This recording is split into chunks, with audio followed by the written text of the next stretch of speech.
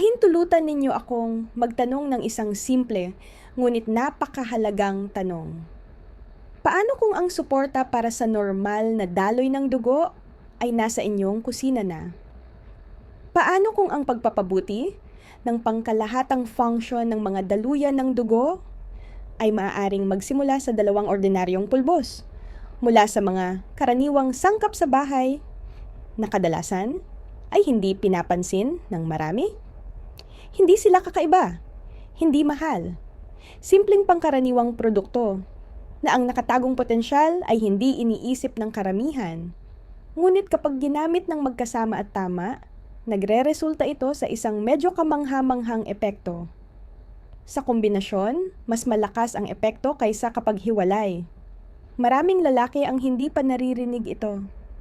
Karamihan ay hindi alam na ang mga sangkap na ito ay pinag-aralan ng mga espesyalista kung paano nakakaapekto sa kalusugan ng mga daluyan ng dugo. May mga pag-aaral na nagpapakita na ang ganitong halo ay maaaring makatulong sa pagpapanatili ng normal na reaksyon ng mga daluyan ng dugo. Ngayon, nais kong ipaliwanag ang lahat ng malinaw. Ang simpleng kombinasyon na ito ay maaaring maging isa sa mga paraan upang mapanatili ang iyong kalusugan. Ako si Dr. Amelia Hayes. Ako ay isang urologist at karamihan sa aking pasyente ay mga lalaking nasa mas nakatatandang edad. Tinutulungan ko ang mga lalaki na lampas 50 taon na mas maintindihan ang mga proseso sa kanilang katawan at makahanap ng mga paraan para mapanatili ang kalusugan.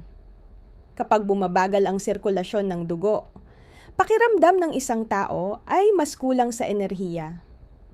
Kapag kulang ang katawan, sa natural na produksyon ng nitric oxide, nagiging hindi gaanong matatag ang mga reaksyon ng mga daluyan ng dugo. Kapag humihina ang tugon ng mga daluyan sa mga signal, nakakaapekto ito sa kumpiyansa, antas ng enerhiya at tibay. Ngunit mayroong bagay na hindi alam ng maraming lalaki. Ang inyong katawan ay hindi kayo tinataksil. Nagbabago lang ito. At kapag tinutulungan ninyo ang natural na prosesong ito, maraming bagay ang maaaring mapabuti. Parang nagigising ang katawan. Nagiging mas mainit, mas buhay at mas handa. Sa video na ito, pag-uusapan natin ang dalawang pulbos. Ipaliwanag ko kung bakit mas mahusay silang gumana ng magkasama. Ipapakita ko kung paano ang kombinasyong ito ay nakakatulong sa pagpapanatili ng normal na reaksyon ng mga daluyan ng dugo. At ang pinakamahalaga, ipapakita ko kung paano ito ligtas gamitin sa bahay. Hindi ito nangangailangan ng malaking gastos. Ang pinakamahalagang detalye ay nasa huli, kaya huwag munang mag-skip upang hindi mawala ng anumang impormasyon. Kapag naunawaan ninyo ang prinsipyo ng kombinasyong ito, mas magiging malinaw ang lahat. Malalaman ninyo kung paano nito maaaring suportahan ang natural na antas ng nitric oxide, kung paano ito nakakaapekto sa enerhiya sa mga selula, kung paano ito tumutulong sa normal na daloy ng dugo, at kung paano pinapanatili ang kalusugan ng endothelium, ang panloob na layer ng mga daluyan ng dugo. Ito ang dahilan kung bakit madalas kong ipaliwanag ito sa mga lalaking nasa mas nakatatandang edad. Ito ay isang natural at simpleng paraan upang mapanatili ang inyong kalagayan at maramdaman ang mas mataas na kumpiyansa at aktibidad. Sige, simulan natin sa unang pulbos, ang baking soda. Tatalakayin natin kung bakit ito maaaring may mas malaking papel kaysa sa inaakala. Karamihan sa mga tao ay nakikita ang baking soda bilang panghurno o panglinis. Ngunit sa loob ng katawan, may isa pa itong tungkulin. Tumutulong ito sa pagpapanatili ng acid-base balance. At mahalaga ito dahil habang tumatanda ang katawan, nagiging bahagyang mas acidic ito kaysa dati. Hindi ito sakit o panganib, simpleng natural na pagbabago sa edad. Ngunit kahit bahagyang pagbabago sa acidity, ay maaaring makaapekto sa isang mahalagang proseso, ang natural na produksyon ng nitric oxide. Napakasensitibo ng mga daluyan ng dugo sa pagbabago ng pH. Kapag tumataas ang acidity, mas mahirap para sa mga selula na mapanatili ang normal na antas ng nitric oxide, isang sangkap na tumutulong sa pagpapaluwag at pagpapalawak ng mga daluyan. Kapag kulang ang nitric oxide, hindi pantay ang sirkulasyon, humihina ang reaksyon, at mas mabilis ang pagkapagod. Ang katawan, na dati ay maaasahan ninyo, ay minsang hindi tumutugon ayon sa inaasahan. Ngayon, isipin ang sitwasyon na ang isang tao ay gumagawa ng anumang aktibidad, kabilang ang pisikal na intimacy. Ang mga kalamnan ay naglalabas ng mas maraming acidic metabolic byproducts, lactate, hydrogen ions, at iba pang metabolic residues. Lahat ng ito ay dagdag na nagpapataas ng acidity, kaya maraming lalaki ang nakararanas ng pagkapagod o pagbaba ng tonus sa panahon ng aktibidad kahit na handa sila sa emosyonal na aspeto. Dito nakakatulong ang baking soda bilang buffer. Pinapanatili nito ang mas alkalinong kapaligiran kung saan mas mahusay gumana ang mga daluyan ng dugo. Sa ganitong kondisyon, mas madali ang produksyon ng nitric oxide. Mas mahusay ang pagpapalawak ng mga daluyan. Maraming pag-aaral ang nagpapakita na ang baking soda ay maaaring makatulong sa pisikal na stamina, bawasan ang pagod, at suportahan ang mahusay na paggana ng mga daluyan. Lahat ng ito ay nakakaapekto sa stability at confidence sa panahon ng pisikal na aktibidad. Ngunit mahalagang maunawaan, ang baking soda ay bahagi lamang ng solusyon. Kapaki-pakinabang, pero limitado ang epekto. Kaya mahalaga ang ikalawang pulbos, nakakaunti lamang ang nakakaalam. Kapag pinagsama ang soda sa tamang partner, nakakakuha ang vascular system ng suporta na mahirap makuha mula sa iisang sangkap lang. Ito ang nagdadala sa atin sa susunod na mahalagang punto. Bakit nagbabago ang acidity, nitric oxide level, at reaksyon ng mga daluyan sa mga lalaki habang tumatanda? Habang tumatanda ang katawan, nagbabago ang chemistry nito ng dahan-dahan, taon-taon. Ang maliliit na pagbabagong ito sa kalaunan ay nakakaapekto sa paggana ng mga daluyan, lalo na kapag kailangan ang maaasahang sirkulasyon sa panahon ng aktibidad.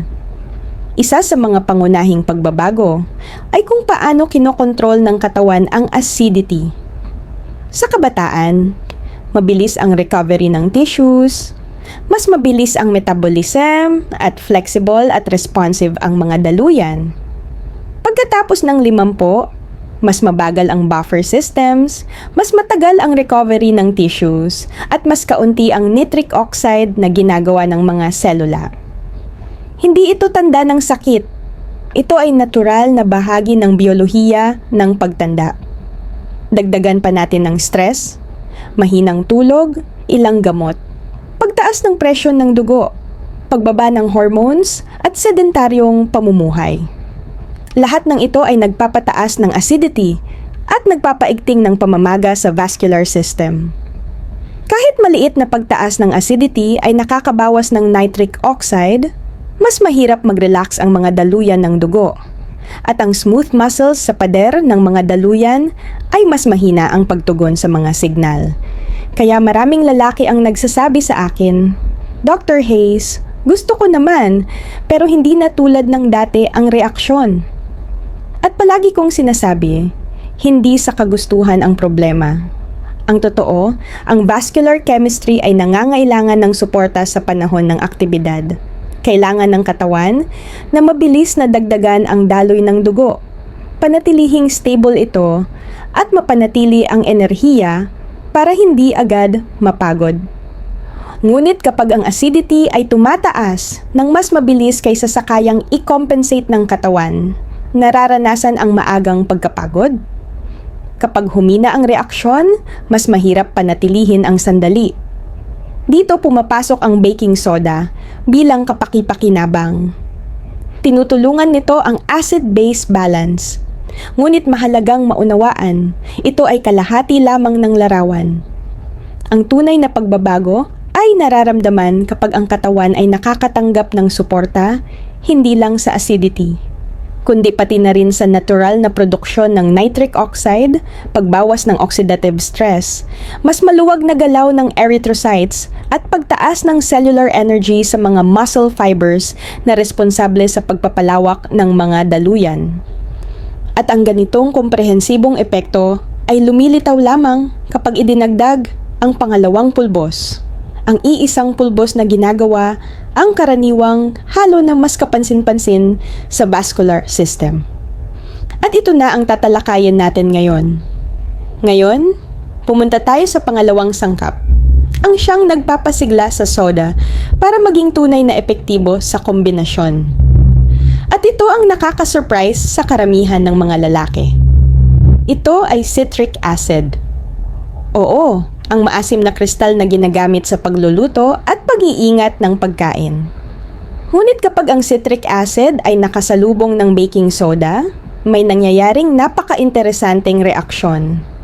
Ito ay isang reaksyon na maaaring sumuporta sa normal na daloy ng dugo, panatilihin ang stability ng nitric oxide, at suportahan ang natural na vascular processes na hindi kayang gawin ng soda ng mag-isa. Kapag ang dalawang pulbos na ito ay hinalo sa tubig, agad nagsisimula ang reaksyon. May tunog ng fizz, lumalabas ang bubbles, at naglalabas ng carbon dioxide. Ngunit ang pinakamahalaga ay hindi iyon. Ang totoong epekto ay nanggagaling sa bagong compound na nabubuo sa proseso, sodium citrate. At hindi ito basta byproduct. Ang sodium citrate ang nagbibigay ng synergy sa halo. Narito kung bakit. Una, ang sodium citrate ay nakakaapekto sa natural na proseso na may kinalaman sa nitric oxide sa ibang paraan kaysa soda. Ang soda ay tumutulong sa pamamagitan ng paggawa ng mas alkaline na kapaligiran, habang ang sodium citrate ay tumutulong bawasan ang oxidative stress sa paligid ng endothelium, ang mga selula na responsable sa vascular responses. Mas kaunting oxidative stress, mas maraming pagkakataon ang katawan na panatilihin ang normal na antas ng nitric oxide, at ito ay nagre-resulta sa mas maayos at natural na vascular response. Pangalawa, ang sodium citrate ay tumutulong na mas maluwag ang daloy ng dugo.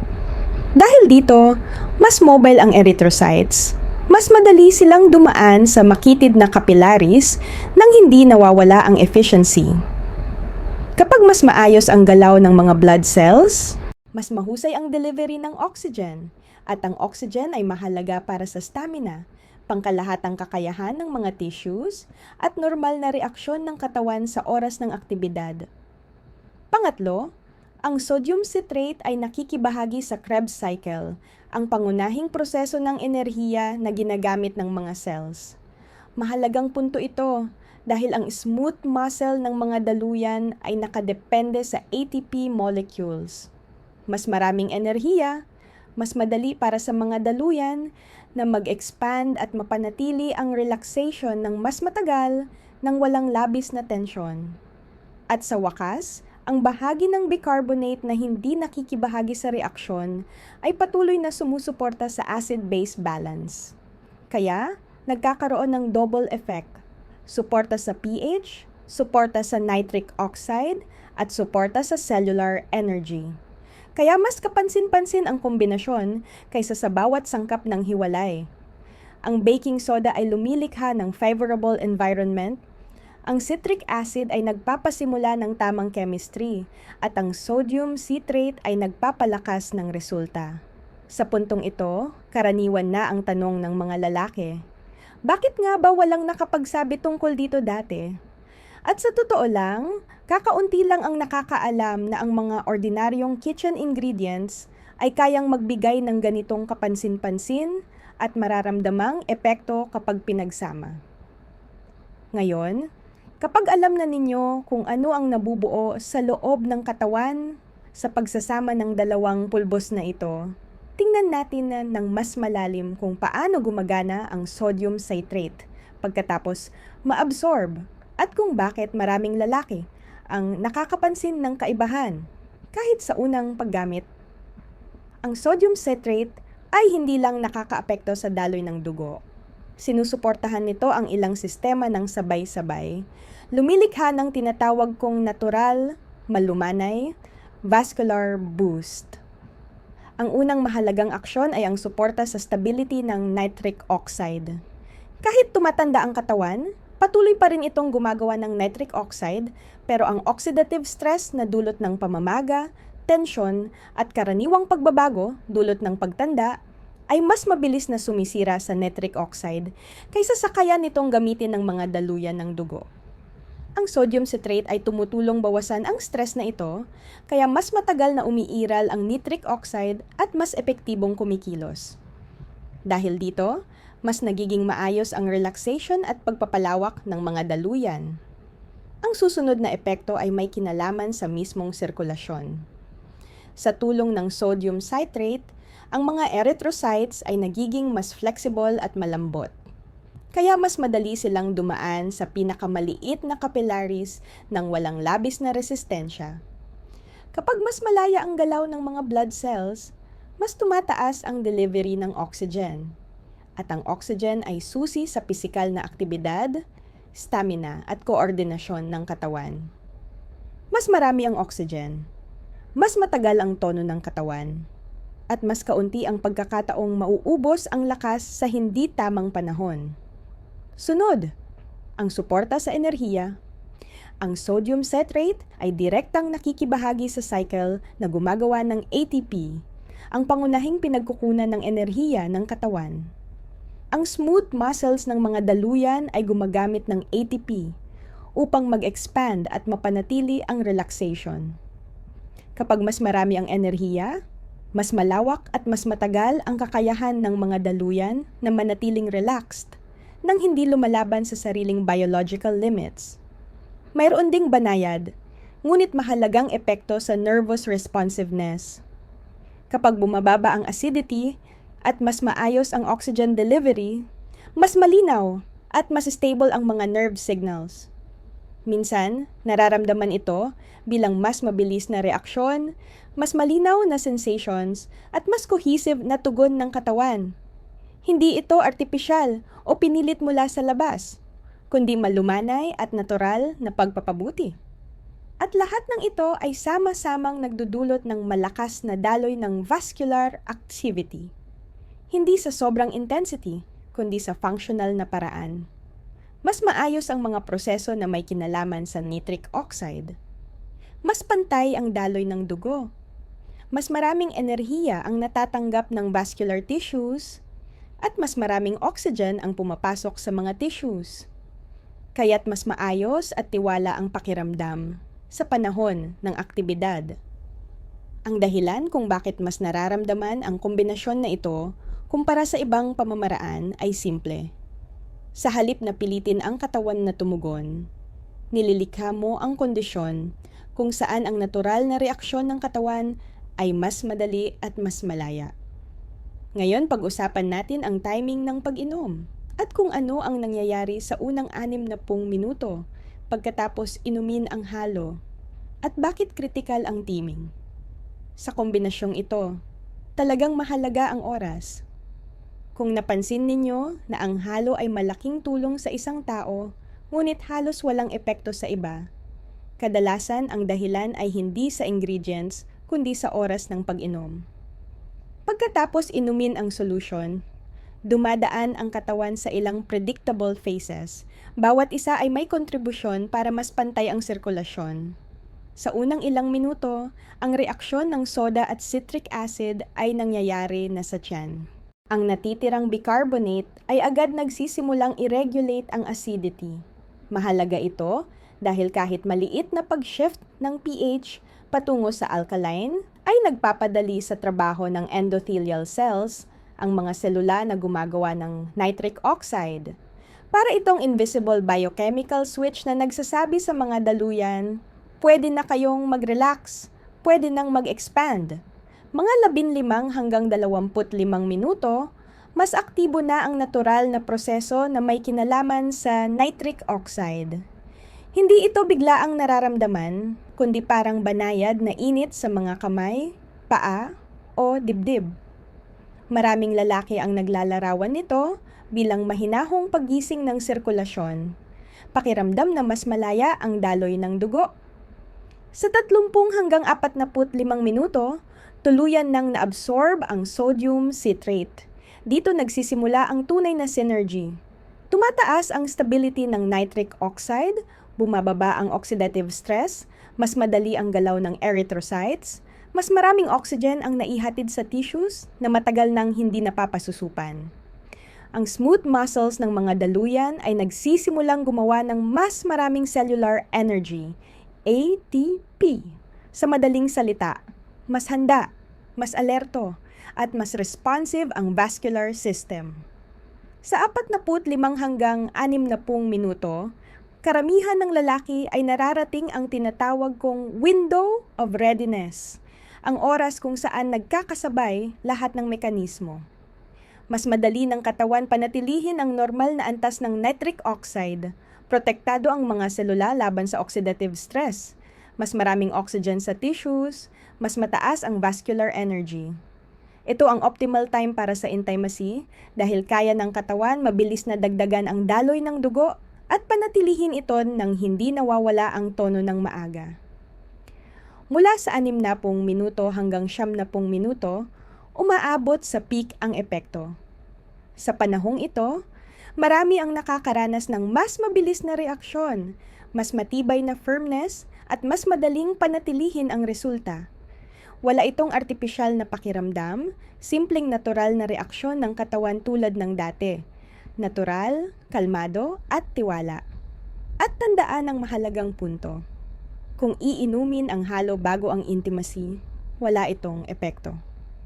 Kailangan ng katawan ng 45 hanggang 60 minuto upang dumaan sa lahat ng proseso, mula sa acid regulation hanggang sa stabilization ng nitric oxide at paghahanda ng mga daluyan. Ngayon na nauunawaan ninyo kung bakit mahalaga ang timing, pag-usapan natin ang tamang dosage at paghahanda para makamit ang maximum effect ng walang discomfort. Kaya, ang pinakakaraniwang pagkakamali ay ang maling formula. Kapag masyadong marami ang halo, maaaring magdulot ng kabag. Kapag kulang naman, hindi ninyo mararamdaman ang benepisyo. At kung mali ang proporsyon, hindi magiging kumpleto ang reaksyon at hindi mabubuo ang tamang dami ng sodium citrate. Ang optimal na ratio na angkop sa karamihan ng lalaki ay 2 bahagi ng soda sa 1 bahagi ng citric acid. Simple at maaasahang patakaran. Sa ganitong balanse, nabubuo ang sapat na sodium citrate at nananatili rin ang kaunting bicarbonate para sa acid-base regulation. Para sa isang serving, karaniwang nagsisimula ang marami sa mga 3 gramo ng baking soda at 0.5 hanggang 1 gramo ng citric acid. Maliit ang mga dosis na ito, pero sapat na para gumana ang halo ng hindi mabibigatan ang tiyan. Ganito ang tamang paghahanda ng solusyon. Kumuha ng baso ng tubig, mga 250 hanggang 350 mililitro. Idagdag ang mga pulbos. Agad magsisimula ang reaksyon. Magkakaroon ng fizzing. Magandang senyales ito. Dito nabubuo ang sodium citrate. Hayaan itong medyo magbubol pagkatapos dahan-dahang haluin. Hindi kailangang hintayin na mawala ang gas ng buo. Sapat na maging komportable ang inumin para inumin. Medyo maalat at bahagyang maasim ang lasa. Maraming lalaki ang nagugulat kung gaano kadaling inumin ito. Kung gusto, pwede ring magdagdag ng kaunting lemon juice o patak ng fruit juice, pero hindi ito kinakailangan. Mas mainam uminom ng halo sa walang laman ang tiyan o hindi bababa sa 1 oras matapos kumain. Mas magiging banayad at mabilis ang absorption at mababawasan ang posibilidad ng kabag. Tulad ng sa anumang bagong produkto, mas mainam magsimula sa pinakamababang dosis. Kapag komportable ang pakiramdam, pwede nang unti-unting dagdagan ang dosis hanggang sa upper range. Karamihan ng lalaki ay nakararamdam ng unang pagbabago, mga 30 hanggang 45 minuto. pagkatapos inumin. Banayad na init, kaunting dagdag na enerhiya. Pakiramdam na mas buhay ang sirkulasyon. Ito ang tamang reaksyon na inaasahan natin. Ngunit bago subukan ang halo, mahalagang pag-usapan ang pinakamahalaga, ang kaligtasan. Kahit na ang dalawang pulbos ay natural at pamilyar sa bawat bahay, nakikipag-ugnayan pa rin sila sa chemistry ng katawan. Mahalaga na gamitin ito ng maayos at may pag-iingat para sa sariling kalusugan. Magsimula tayo sa sangkap na kailangan ng pinakamalaking atensyon, baking sodas. Ang baking soda ay sodium bicarbonate.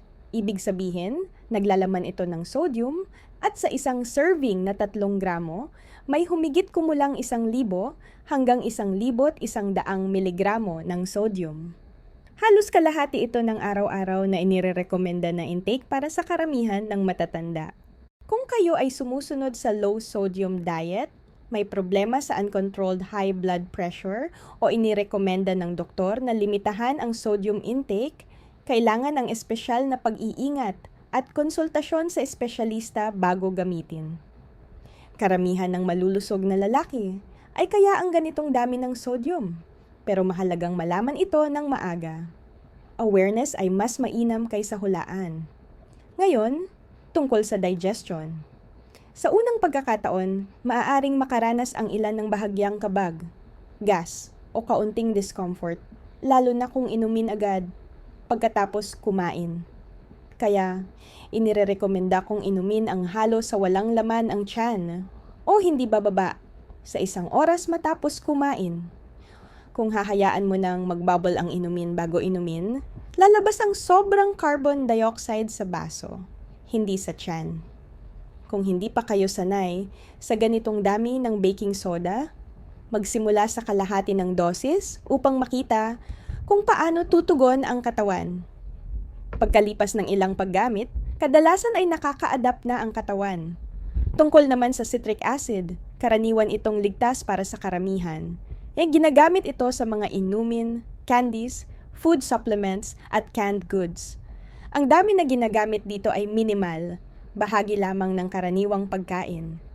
Halos hindi ito nagdudulot ng digestive discomfort at kapag pinagsama sa soda, mas banayad pa ang lasa ng final drink kumpara sa pure soda. May isa pang grupo na kailangan banggitin. Ang mga lalaki na may chronic conditions tulad ng matinding heart failure o seryosong disturbances sa water-salt balance. Sa ganitong kaso, kailangan ng strict sodium restriction. Kung kabilang kayo sa mga ganitong kondisyon, mahalagang talakayin muna ang halo sa inyong doktor. Para sa lahat ng iba pa, ang kombinasyon na ito ay itinuturing na low risk, simple at kadalasang madaling tiisin. Karamihan ng mga lalaki ay nakakaramdam na sila ay normal lang at ang pagbuti ng sirkulasyon, kung mayroon man, ay karaniwang nararamdaman mga 1 oras pagkatapos inumin ang halo. At may kasamang magandang bonus. Kapag nag-react ang soda at citric acid, ang bahagi ng alkalinity ay na-neutralize at ang inumin ay nagiging mas banayad sa tiyan kumpara sa pure soda. Ngayon, kapag alam na ninyo kung sino ang pwede at sino ang kailangang mag-ingat sa ganitong halo, tingnan natin ang mas malawak na perspektibo at pag-usapan ang bagay na bihira isipin ng karamihan ng lalaki. Ang pangmatagalang suporta sa vascular system. Kasi hindi lang ito tungkol sa nangyayari bago ang intimacy. Ito rin ay tungkol sa pagpapanatili ng kalusugan ng mga daluyan ng dugo sa pangkalahatan. Karamihan ng lalaki ay tinitingnan ang halo bilang panandaliang tulong bago ang intimacy. At oo, nagbibigay ito ng kapansin-pansing short-term effect. Pero ang nakakagulat sa aking mga pasyente ay kung gaano kainteresante ang mga pagbabago kapag ginagamit ito ng regular at may moderation. Hindi ito para sa panandaliang suporta lang, kundi para tulungan ang mga daluyan na maging mas maayos, mas flexible, mas responsive, at mas stable. Magsimula tayo sa endothelium, ang manipis na inner lining ng mga daluyan ng dugo. Ito ang tumutulong mag-regulate ng daloy ng dugo. Sa pagtanda, ang endothelial cells ay pwedeng maging mas mabagal ang function. Apektado sila ng stress, inflammation, at aging process. Pero kapag regular na sinusuportahan ang acid-base balance, binabawasan ang oxidative stress at tinutulungan ang natural na proseso na may kinalaman sa nitric oxide, mas nagiging maayos ang kondisyon para sa endothelium. Ang cells ay nagiging mas buhay, mas responsive, at mas kayang mag-recover at gumana tulad ng dati noong kabataan. May isa pang interesting na aspeto na konektado sa endothelial progenitor cells. Ito ang mga cells na tumutulong sa pag-repair ng vascular tissue. Ipinapakita ng research na ang optimal na pH at maayos na mitochondrial function, mga proseso na sinusuportahan ng sodium citrate, ay pwedeng mag-improve sa dami at kalidad ng mga cells na ito. Sa madaling salita, nililikha ninyo ang mga kondisyon kung saan mas madali para sa inyong vascular system na mag-repair. Tungkol naman sa oxygen delivery. Kapag flexible ang erythrocytes at madaling nakakalusot sa pinakamaliit na capillaries, mas maraming oxygen ang napupunta sa tissues. Hindi lang sa panahon ng intimacy, kundi sa buong araw. Mas mahusay na oxygenation ay nangangahulugan ng mas mataas na stamina, mas malinaw na pag-iisip, mas stable na enerhiya, suporta sa cardiovascular system, at huwag maliitin ang papel ng mitochondrial energy. Ang Krebs cycle ay pundasyon ng inyong energy metabolism. Kapag nasusuportahan ito, mas matagal na nagagampanan ng muscles, kabilang ang smooth muscles ng vessels, ang kanilang function. Nakakatulong ito sa workouts, recovery pagkatapos ng physical stress, at sa pangkalahatang physical endurance. Maraming lalaki na gumagamit ng halo ilang beses sa isang linggo ang naguulat ng isang unexpected effect. Ang kanilang normal na pang-araw-araw na sirkulasyon ay nagiging mas komportable. Napapansin nila na mas mainit ang kanilang kamay at paa, mas stable ang morning energy, at mas predictable at confident ang kanilang intimacy. At hindi lang sa mga araw na ginagamit nila ang halo, kundi sa kabuuan. Bakit ganito? Kasi hindi ito panandali ang measure, kundi pang matagalang suporta sa vascular system na tumutulong sa katawan na gumana ng maayos, stable at natural. At ang pinakamasarap, halos wala itong gastos. Walang mahal na supplements, walang komplikadong protocol. 2 ordinaryong pulbos lang na kapag pinagsama, nagiging mas healthy at mas youthful ang internal environment ng inyong vessels. Ngayon, kapag naiintindihan na ninyo kung gaano ka-expressive ang long-term effects, tapusin natin ito sa isang malinaw na summary at ilang importanteng paalala. Ngayon, mayroon na kayong buong larawan kung paano ang pinaka-ordinaryong household ingredients ay pwedeng suportahan ang sirkulasyon, pagbutihin ang natural na nitric oxide processes, magbigay ng mas maraming internal energy sa vessels, at tulungan kayong makaramdam ng mas confident, stable, at physically composed. Ngunit bago tayo magtapos, gusto kong sabihin ang parehong bagay na sinasabi ko sa bawat lalaki na pumupunta sa akin at nagtatanong, bakit hindi na gumagana tulad ng dati? Hindi sira ang inyong katawan, hindi nawala ang inyong lakas, at hindi nawala ang inyong desire. Sa karamihan ng kaso, ang problema ay nasa daloy ng dugo, overall condition ng vessels, at biochemical changes na dulot ng aging, stress, at lifestyle. At ang pinaka-importante, lahat ito ay pwedeng suportahan at mapabuti. At ang tunay na inspiring, kapag naiintindihan ninyo ang inyong mga proseso, sa wakas ay nagsisimula kayong makipagtulungan sa katawan, hindi laban dito. Ang kombinasyon ng soda at citric acid ay hindi magic. Ito ay malinaw na physiology. Nilikha nito ang kondisyon kung saan mas madali para sa vessels na mag-relax, mag-expand, at manatiling responsive. Kapag bumuti ang sirkulasyon, Bumuti rin ang lahat. Stamina, sensations, reaction speed, confidence, at overall well-being sa buong araw.